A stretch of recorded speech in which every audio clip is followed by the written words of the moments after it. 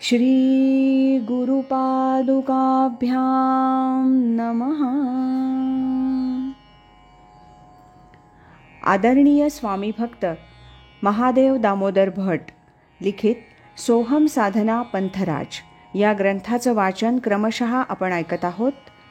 आज ऐकूया प्रकरण पहिलं, क्षीरसिंधू परिसरी याचा भाग दुसरा. संप्रदायानुसार सोहम दीक्षापूर्वक घ्यावा. दीक्षापूर्वम महेशानी पारंपर्य समन्वितम पराप्रासादमंत्रम यो वेत्ती सोहम न संशयः. हे देवी, संप्रदायानुसार सद्गुरु मुखातून जो साधक ह्या पराप्रासाद मंत्राची म्हणजे सोहम मंत्राची दीक्षा घेतो आणि उपासना करतो, तो साधक हळूहळू मजप्रतच येतो, हळूहळू मीच होतो. देहो देवालयो देवी जीवो देवः सदाशिवः त्यजेत अज्ञाननिर्माल्यं सोहम भावेन पूजयेत. जीवः शिवः शिवो जीवः सजीवः केवलः शिवः पाशबद्धः स्मृतो जीवः पाशमुक्तः सदाशिवः. इथे पाशबद्ध म्हणजे अष्टपाश जे आहेत घृणा, लज्जा, भय, शंका, जुगुप्सा, कुल, शील, जाती. आता या श्लोकाचा अर्थ असा, हे देवी, माणसाचा देहच मुळी देवालयासारखा आहे आणि ह्या देवालयात जीवरूपानं सदाशिवाचाच वास असतो. पण हे समजण्यासाठी, अज्ञान जाण्यासाठी माणसानं भक्तियुक्त अंतःकरणानं सोहम सोहम सोहम असं अखंड भजन करण्याची आणि सोहम भावानंच देह देवालयातील सदाशिवाची पूजा करण्याची जरुरी असते. जीव हा शिवच आहे आणि शिव हा जीवच आहे. जीव हा मूलतः केवल शिवस्वरूपच आहे. तो पाशबद्ध असतो तेव्हा जीव असतो आणि पाशमुक्त असतो तेव्हा तो सदाशिव असतो. ना आदिगुरु शंकरा लागोनी शिष्य परंपरा बोधाचा हा संसारा जाला जो आमुते. क्षीरसिंधू परिसरात भगवान शंकर आणि जगन्माता देवी पार्वती या दोघांमध्ये झालेला वरील संवाद माशाच्या पोटात गुप्त असलेल्या मत्स्येंद्रनाथाने ऐकला आणि त्या योगे ह्या अवनीवर सोहम मंत्राधिष्ठित असा एक योग संप्रदाय सुरू झाला. हा योग संप्रदाय मत्स्येंद्रनाथांपासून ज्ञानेश्वरांपर्यंत कसा चालत आला याचं वर्णन खुद्द ज्ञानेश्वरीत आहे. ते असं, ते क्षीर कल्लोळा आतू मकरोदरी गुप्तू होता तयाचा हातू पैठे जाले. तो मत्स्येंद्र सप्तशृंगी भग्नावयवा चौरंगी भेटला की तो सर्वांगी संपूर्ण झाला. मग समाधी अव्यत्यया भोगावी वासनायया ते मुद्रा श्री गोरक्षराया दिधली मीनी. तेणे योगाब्जिनी सरोवरू विषय विध्वंसैक वीरू तिये पदी का सर्वेश्वरू अभिषेकिले. मग तिही ते शांभव अद्वयानंद वैभव संपादिले सप्रभव श्री गहिनीनाथा.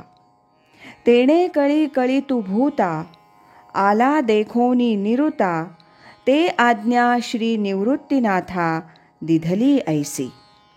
ना आदिगुरु शंकरा लागोनी शिष्य परंपरा बोधाचा हा संसारा जाला जो आमुते. तो हातू घेऊनी आघवा कळी गिळितया जीवा सर्व प्रकारी धावा करी पावेगी.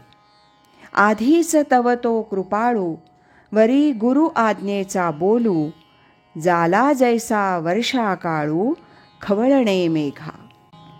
आदिनाथ शंकर, मत्स्येंद्रनाथ, गोरक्षनाथ, गहिनीनाथ, निवृत्तीनाथ आदींकडून परंपरेनं चालत आलेलं सोहम मंत्राधिष्ठित, साधनाधिष्ठित, नाथ संप्रदायी अद्वयानंद वैभव रहस्य ज्ञानेश्वरांना निवृत्तीनाथांकडून गुरुकृपे लाभलं. ते रहस्य त्यांनी ज्ञानेश्वरीत अगदी उघड करून महाराष्ट्र सारस्वतात ठेवून दिलं आहे.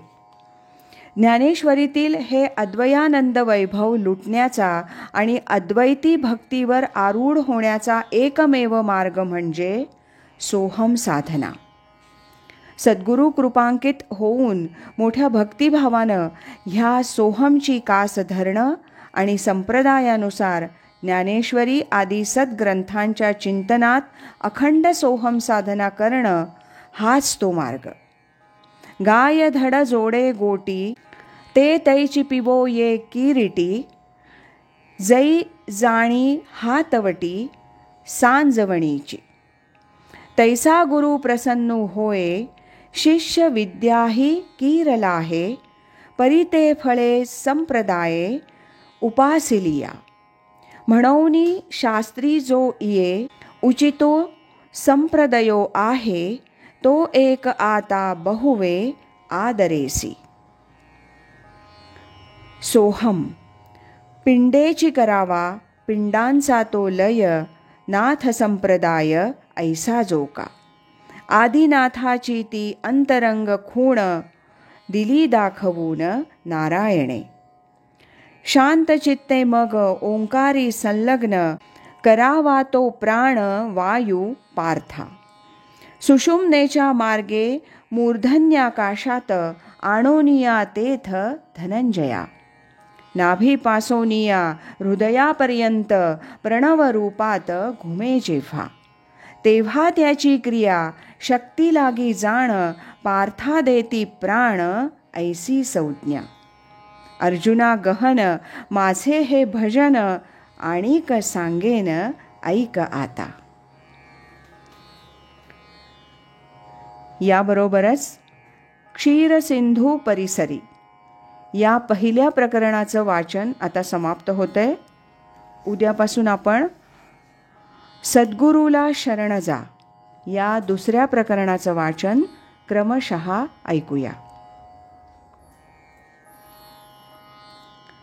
श्रीमत् सच्चिदानंद सद्गुरु श्री स्वामी स्वरूपानंद महाराज की जय. हरि ओम तत्सत.